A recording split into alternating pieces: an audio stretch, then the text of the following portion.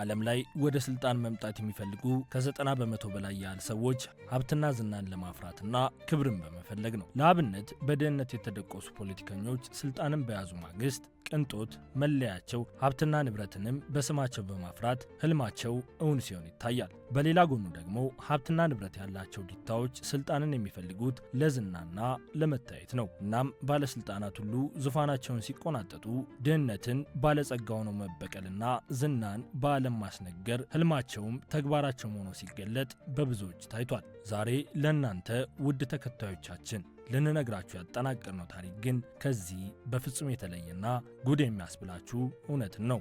ስልጣን መያዛቸው ድህነታቸውን ከማራገፍ ይልቅ የባሰ የዓለም ድሃ እንዲባሉ የመረጡ የምድራችን ድንቅና ድሃውን መሪን ታሪክ ነው። ውድ የኢትዮ ፓወር ሚዲያ ቤተሰቦች ቻናላችንን ላይክ፣ ሼር፣ ሰብስክራይብ በማድረግ እንዲጀምሩ እያልን የዚህን ድንቅ የዓለም መነጋገሪያ ድሃ የሀገር መሪን ታሪክ ከመጀመሪያው እስከ ፍጻሜው ይዘንላችኋል። አብራችሁን ዝለቁ።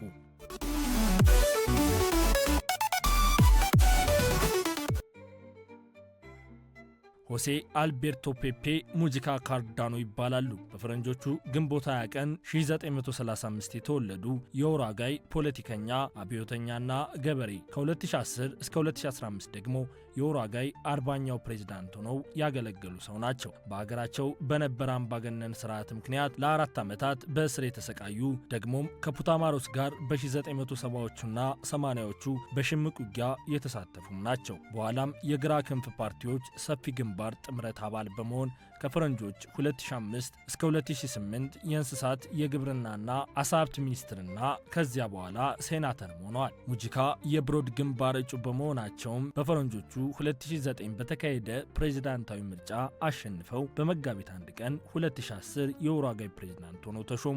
በእርግጥ የሙጂካ አስተዳደር ሃይማኖታዊና ባህላዊ እሴትን የናዱ ጽንስ ማቋረጥንና የማሪዋናን ፍጆታ ህጋዊ ያደረጉ ለመወቀስ የሚጋብዙ ውሳኔዎችን አሳልፈዋል። ግን ደግሞ የሀገሪቱን የሰራተኛ ማህበራት ያጠናከረና በደሞዝም ከፍተኛ ጭማሪ ያደረገ እርምጃቸው ምስጉን አስብሏቸዋል። ስልጣን ለብዙዎች የንዋይ መመንዘሪያ እኩይ መገለጫ ሲሆን ለሙጂካ ግን እንደዛ አልነበረም።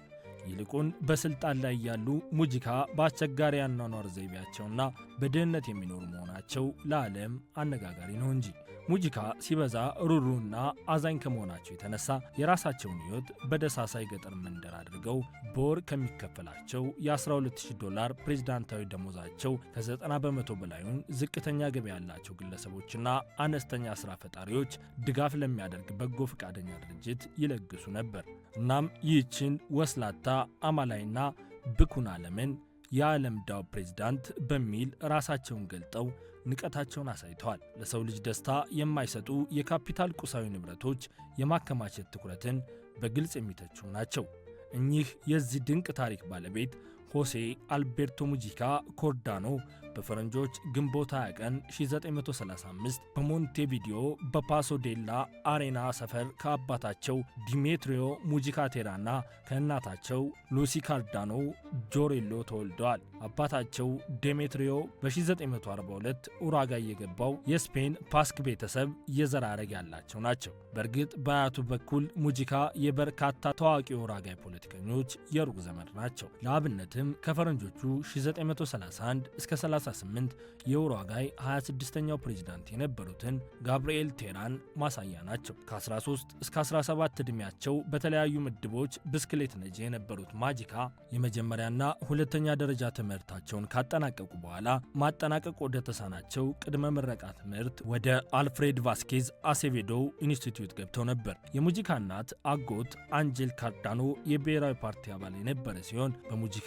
የፖለቲካ ሀሁ ላይ ትልቅ ተጽዕኖ የነበረው ሰው ነው። በ1956 ሙጂካ ኤንሪኬ ኤሮን በእናቱ በኩል ተዋወቀው እና ብሔራዊ ፓርቲን በንቀት ለመከታተል ጅማሮ ሆነው። በ1960ዎቹ አጋማሽ ላይ ሙጂካ በኩባ አብዮት የተነሳው የግራኝ ዘመም የፖለቲካ ቡድን ያቋቋመው አዲስ ኤምኤልኤን ቱፓማሮስ ንቅናቄን ተቀላቀሉ። እናም ቡድኑ ለሞንቴቪዲዮ ቅርብ የሆነችውን ፓንዶ ከተማን በ1969 በተቆጣጠረው ወቅት በከተማው ውስጥ ካሉት 6 ቡድኖች አንዱን እየመራ ወደ ድል መምታትን ጀምረዋል። በመጋቢት 1970 ሙጂካ ሞንቴቪዲዮ በቁጥጥር ስር ለመዋል በነበረው ትግል 2 ፖሊሶችን አቁስለው በ6 ጥይት ተመተው ከባድ ጉዳት ደረሰባቸው። ግን ደግሞ በድብቅ በተደረገላቸው ቀዶ ጥገና ከ6 የጥይት ድብደባ ሕይወታቸው መትረፍ ቻለች።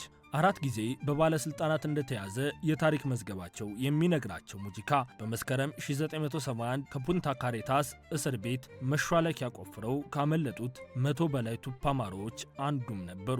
ግን ደግሞ ሙጂካ ካመለጡ ከአንድ ወር ባነሰ ጊዜ ውስጥ እንደገና ተያዙ። በ1972 ድጋሚ አመለጡ። በርካታ መማረክና ማምለጥን ካስተናገዱ በኋላ አገሪቱ በ1973 ወታደራዊ መፈንቅለ መንግስት ተካሄደባት። ይህ በእንዲህ እንዳለ ሙጂካና ሌሎች 8 ቱፓማሮች በተለይ በወታደራዊ ቁጥጥር ስርና በችግር ውስጥ እንዲቆዩ ተፈረደባቸው። በአጠቃላይ ሙጂካ 13 ዓመታትን በሞሮኮ እንዲያሳልፍ ሆኗል። እናም ሙጂካ በ1970ዎቹና በ1980ዎቹ ውስጥ ባረጀ የፈረስ ማጠጫ ገንዳ ስር የታሰሩትን ከ2 ዓመታት የዘለለ ስቃይ የሚያጠቃልል ነው። ያሳለፏቸው የበረቱ የእስር ቆይታዎችም ራሳቸው ሙጂካ እንደሚሉት የመስማት ችሎታቸውን የተፈታተኑና ተዛማጅ ጉዳዮች እያጋጠሟቸው ነበር። ከዛ ሁሉ የምስቅልቅልና የፈተና ጊዜ በኋላ በፈረንጆቹ 2007 ከጆርጅ ቡሽ ጋር ከተሰበሰቡ በኋላ በ2009 ፕሬዝዳንታዊ ዘመቻ በመሳተፍ ለከፍተኛ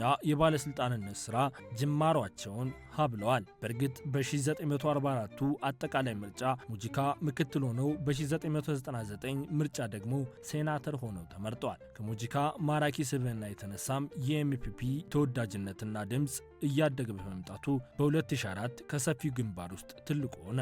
እናም በዚያው ዓመት በተደረገ ምርጫዎች ሙጂካ በሴኔት በድጋሚ ተመረጠና በኤምፒፒም ከ300,000 በላይ ድምፅ በማግኘቱ በጥምረቱ ውስጥ ከፍተኛ የፖለቲካ ኃይልና ከወቅቱ ፕሬዝዳንታዊ እጩ ታባሬ ቫስኬስ ድል በስተጀርባ ትልቅ ጉልበት መሆን ቻለ። ይህንን ተከትሎም በመጋቢት 1 2005 ፕሬዝዳንት ቫስኬስ ሙጂካን የእንስሳት የግብርናና የዓሳ ሀብት ሚኒስትር አድርገው ሾሙ። ፕሬዝዳንት ቫስኬስ በፈረንጆች 2010 የፋይናንስ ሚኒስትራቸው ዳኒሎ አስቶሪ በኡሩጓዩ 2009 ፕሬዝዳንታዊ ምርጫ እንዲተኳቸው ቢደግፉም የሙጂካ ሰፊ የምርጫ ቀስቀሳና በፓርቲው ውስጥ እያደገ ያለው ድጋፋቸው ግን ለፕሬዝዳንቱ ፈተና ሆነባቸው። እናም ሰኔ 28 ቀን 2009 ሙጂካ ለ2009 ፕሬዝዳንታዊ ምርጫ የብሮድ ግንባር ፕሬዝዳንታዊ እጩ ለመሆን በቀዳሚ ምርጫ ማሸነፍ ቻሉ። በምርጫ ዘመቻው ወቅትም ሙጂካ እንደ ቬንዙዌላው ሁጎ ቻቬዝ ወይም የቦሊቪያው ኢቮ ሞራሌስ ካሉ የፕሬዝዳንቶች የአስተዳደር ዘይቤ ራሳቸውን እንዳገለሉ ይፋ አደረጉ። ከዛ ይልቅ የብራዚላዊው ሉዊዝ ኢናሲዮ ሉላ ዳ ሲልቫ ወይም የቺሊ ሶሻሊስት ሚሼል ባቼሌት አስተዳደርን የሚኮርጁባቸው የክልላዊ ምሳሌዎች እንደሆኑ በመግለጽ መደበኛ ባልሆነ የአለባበስ ዘይቤያቸውም የሚታወቁት ሙጂካ በፕሬዝዳንታዊ ዘመቻ ወቅት እንኳን ሳይቀር ከረባት ማሰርን ከቁብ አልቆጠሩም። ህዳር 30 በተካሄደው የማጣሪያ ምርጫ ሙጂካ 52 በመቶ ድምፅን በማግኘት አሸናፊ መሆን ቻሉ። ማሸነፋቸውን አስመልክተውም በደጋፊዎቻቸው ፊት ባደረጉት የመጀመሪያ ንግግራቸው የፖለቲካ ባላንጣዎቻቸውን አምነው አንድነትን ጠይቀው አሸናፊ ወይም ተሸናፊ የለም ሲሉ ተደመጡ። ጨምረውም እንዲህ አሉ። ወደ ስልጣን የሚመጣው ከብዙሃን ልብ ውስጥ ሲወጣ ነው አሉ። እናም ሙጂካ ከ2010 እስከ 2015 በነበራቸው ቆይታቸው ከባራክ ኦባማ ጋር ከመጨባበጥ በተባበሩት መንግስታት ጠጣር መልእክት እስከ ማስተላለፍ የዘለቀ ተሰሚነት ነበራቸው። በዚህ ብቻ ያልበቃቸው ሙጂካ ወጪ ንግድን ከ60 በመቶ ወደ 75 በመቶ ያሳደጉ፣ ስራ አጥነትን በ7 በመቶ የቀነሱ፣ ደሞዝን በከፍተኛ ጭማሪ ያሳደጉ፣ የሀገራቸውን ሰራተኛ ማህበራትም እንዲያጠናክሩ የሰሩና የመደራጀት ነጻነትን ያጎናጸፉም ናቸው። ሙጂካ ከ5 ዓመታት የፕሬዝዳንትነት ስልጣናቸው ወርደውም ከ2005 እስከ 2010 ድረስ በሴናተርነት ማገልገላቸውን ቀጥለዋል። ከ5 ዓመታት በኋላ በፈረንጆቹ ጥቅምት 20 2020 ሙጂካ በኮቪድ ወረርሽኝ ሳቢያ በ85 ዓመታቸው ራሳቸውን ከሴኔት አባልነት አሰናበቱ።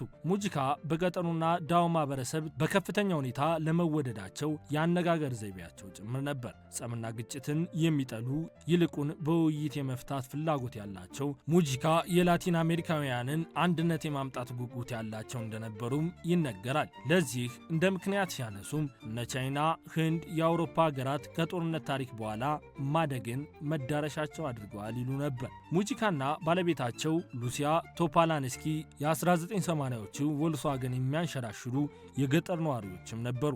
ያለምንም ልጅ የቀሩት ሙጂካ በሞንቴቪዲዮ ዳርቻ ላይ በቶፖላንስኪ ባለቤትነት በተያዘው እርሻ ላይ ኑሯቸውን አድርገው ዘልቀዋል። ባልና ሚስቶቹ እድሜ ጠገብ ባለ 3 እግር ውሻቸውን ጨምሮ በርካታ የቤት እንስሳት ነበራቸው። ከበርካታ በድህነት የታጀቡ የፖለቲካ የእስር የስልጣን ጊዜያት በኋላ በፈረንጆቹ ሚያዝያ 2024 ባደረጉት የጤና ምርመራ የጉሮሮ ካንሰር እንዳለባቸው ታወቀ። እናም በዚህ ጤና መታወቅ ውስጥ ሆነው ፓርቲያቸው የብሮድ ግንባር የ2024ቱን አጠቃላይ ምርጫ በማሸነፍ የስንብት ስጦታ ሲሉ አወድሰውታል። በፈረንጆቹ 2025 የካንሰር ህመማቸው ወደ ጉበታቸው መዛመቱንና እየሞቱ መሆኑን በመግለጽ ለተጨማሪ ሕክምና ፈቃደኛ እንዳልሆኑም ተናገሩ። ያላቸውን ገንዘብ 90 በመቶ እየለገሱ ድህነትን የመረጡት የዓለማችን ድንቅ ሰው ግንቦት 12 2025 ሞታቸው ተሰማ። የኡሩጓይ መንግስትም የ3 ቀናት ብሔራዊ የሐዘን ቀንን አውጆ የቀብር ስርዓታቸውን የብራዚሉ ወዳጃቸው ሉላ ዳ ሲልቫና ሌሎች እንግዶች በተገኙበት ከግንቦት 14 እስከ 15 ተፈጸመ። በቀብራቸው ዕለት ላይም ከ100 ሺህ በላይ ሰዎች ተገኝተዋል ተብሎ ይገመታል። በእርግጥ የስልጣን ነዋ ያላታለላቸው የዓለም ከንቱነት የተረዱ ደግሞም የዳዎች አባት ሆነው የዓለም ዳው ባለስልጣን የተባሉትን ውድ ሰው ዓለም በ2025 ተሰናበተች።